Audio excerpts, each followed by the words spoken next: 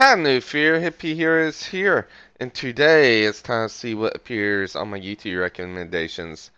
So today we are going to be watching a video by Goodbye Dom. I actually just watched another one of his videos not too long ago, and today it's going to be discussing batteries included and made for this. So let's get into things. Hey, it's currently 5 in the morning, and I'm trying to get this video done, so, subscribe, because I'm working very hard. Also, liking the video helps a ton. I know everybody says that, but it's true. So, anyways, Yeah, let's make sure to continue. get him a like I and gotta follow. start He's a off good with a content very quick creator. statement. This video, you will need to watch till the end to get the full argument of what I'm trying to say. And no, that's not some weird gimmick to get you to watch the whole video. Usually, I bring up the main point in the first couple minutes and then talk about the ins and outs of it. But this video has a lot more required things to bring up to really cement the point I'm trying to make. So, long story short, what I'm saying is if you want to discuss the topic with others in the comments, which this is definitely a topic to discuss, just make sure you watch the whole thing. Okay, what really brought this topic back up in a more potent way was the new perk called Batteries Included. This is what Batteries Included does, and this is how it released to live servers. The main thing you'll notice is that Batteries Included now disables in endgames, and as behavior says here, it would be unfair that, quote, every gen would be on an endgame, and it would make the perk too strong. And now, people brought up a point, which is completely fair and has since been misinterpreted, that survivors have MFT Hope, which gives them a 9% haste stack, which specifically applies in endgame. But behavior quickly adjusted something in which a killer would have haste stacking in endgame. For people that don't know, the term haste stacking is a relatively controversial term in the DBD community, which just means using two perks, add-ons, whatever, that combine their haste status effects. The reason I said it's controversial when you might think no it's not is strictly because it's been a very touchy topic for behavior, not just because survivors have been running MFT Hope Endgame for the last, 6 months? But before that, do you guys not remember? You could go back just a little bit and you could realize when people were running Power of 2 Blood Pact, or you could think about Dark Theory Blood Pact Blighted Serum, and obviously on Killer side, especially recently, we have Machine Learning, Noed, and Play With Your Food, which is also a relatively common build. Now, oh my god, every time I bring up relatively common build, I get a lot of people saying, I have 200 hours in this game and I've never seen that build in my life. I don't know how else to say this. You're not there yet.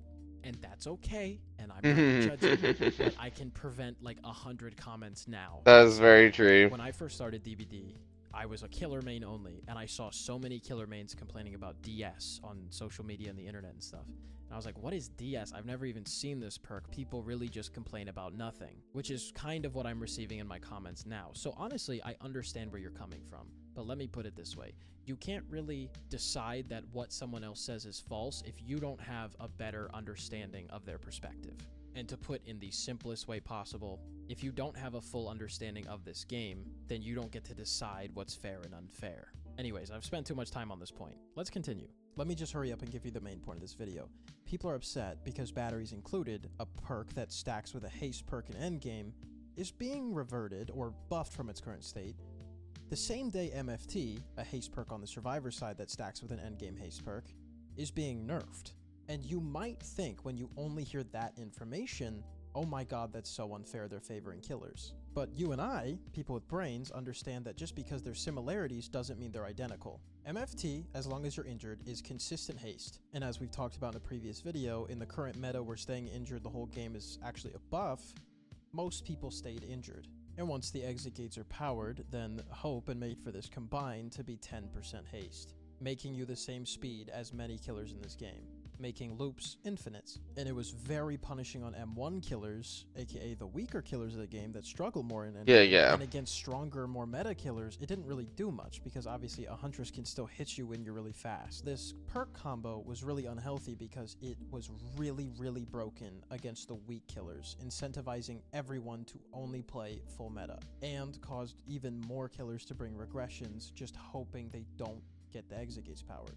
And then on the other side, we have Batteries Included, where when you're by a gen, you gain temporary haste, and Noed, a hex that can be cleansed and lights up to everybody on the map in a certain range. These are not the same thing. I've seen multiple comments asking for evidence on the topics I'm talking about because they don't see these discussions I'm seeing. So here you go. Here are some tweets about it. Again, you can even just tell from the tone of these tweets that these people aren't going into this with an objective stance and a mind ready to balance perks. They're going into this hoping their side gets compensation. But it does bring up a bigger point. Keep in mind, this is their opinion, not mine. My opinion will come later in this video with a lot more points to back it than an angry Twitter thread. If they get to stack haste in endgame, why does MFT need to be changed? If Dead Hard had to get nerfed 3 times, why is Save the Best for Last still completely broken? Though these are valid points, they're only valid if you don't look at the other side of things. This is yet another reason to play both roles in this game. The second you only play one role in this game, you're automatically ineligible to speak on 50% of the game. Because if you don't play with and against something, you're never going to have a full understanding of it. You're going to have 50% understanding of it if you That's one thing I really agree with. The reason why I flex so much in this game, I try to use every perk in the game possible, and I try to like regularly swap out my perks if I can. I try to use every single killer in this game is because I want to have the most uniform opinion about this game. I'm sure there's some killers I prefer, but I can find a lot of traits I like in just about every single killer and find something to love about them. And some things that could always be improved as well. So it's always good to play both sides, play as many killers, play as many perks as you can, and just have a better understanding of the game. the responses of the survivor players are. And you'll see it on both roles in this game. You can tell when someone only plays one side because instead of asking why would they make this change, they instead just jump on the opportunity they have to get really mad at the air. If I could simplify this point down, the response to this announcement was one side clearly showing that they only play one side. Because if you look at creators that are very focused on the game's balance, not just the balance of one role, or dare I say the advantage of one role, then you'll see the opinions all said the same thing, including myself. I'm only including myself for my own validation, but the point was, batteries included never needed the nerf. People that have played with Noed know that Noed is extremely situational and does not get value every game. Now add a haste perk to that, and yes, it is haste stacking, but it's a haste perk where the haste isn't even consistent. That's not the same thing as made for this hope, and I can't believe people say it is. I think it's weird timing that they buffed a killer haste perk while nerfing a survivor haste perk in the same patch, but to say killers are getting better treatment than survivors, look at these two perks without looking at how long unhealthy survivor perks had stayed in this game. Like, I don't know, healing up until this year was always broken. Objectively, not opinion, objectively. And then to have Boon's Circle of Healing, the single strongest perk that has ever graced this game, to be stacked on top of the already fast heals. Broken. How long did that stay in the game? Well, Boon's Circle of Healing was released on the 19th of October, 2021, and it was nerfed the 18th of April, 2023. You thought I was going to say 2022. No, and listen, you know I'm all for opinions that aren't the same as mine. But Circle of Healing is not something that's an opinion. Circle of Healing fucking broke this game for the longest time. It led to some of the worst imbalances as well as some of the unhealthiest metas for both roles. Survivors having it very easy and killers having to overcompensate, causing to really toxic builds as well as a lot more slugging, camping, and tunneling. Now, I'm not here to blame the survivors. That's when I for first running started playing it. It was in DBD. the game as the devs intended, so it's the devs' fault, not the players. And if you think I'm trying too hard to force my opinion into fact, let's put it this way. Devs clearly said that self-care was gutted because it was way too strong. To be able to heal yourself without a medkit is unfair, especially when there's only one killer and 4 survivors. Now, let's say 4 survivors bring old self-care, but it only takes up 1 perk slot on 1 survivor's build. And there you go. There's Boon's Circle of Healing. Agree. It's a perk that devs already gutted once because it was too strong and it was multiplied by 4 in strength. I need to hammer this into your head that Circle of Healing was scuffed because it's very important to my point. That perk was left completely unchanged for a year and a half. For people to currently be saying that survivors don't get strong perks left in the game because MFT was finally nerfed, are wearing their emotions on their sleeves and are objectively incorrect because of it. But if you hate me and hate the points I'm making and are convincing yourself that that boon was fine, then what about DS? What about Old Dead Hard? What about current background player? What about Buckle Up for the People? What about the amount of options for haste stacking? I hope this is the last time I have to talk about Made for This. But guys, get this in your head. The reason Made for This was overpowered was the uncertainty it offered. Not full well knowing if someone's running Made for This and playing accordingly isn't. Okay. Yeah. I will say like it was very, very hard to tell somebody actually had made for this. It's just enough to throw you off, and even with something that's only 2%, like what do you call it? Um, Dark Theory, being Dark Theory, it's only 2%, and that has messed up several killers I played, especially like the less experienced killers I play against, which I'm pretty sure absolutely frustrated them thinking they're gonna hit me and then they didn't.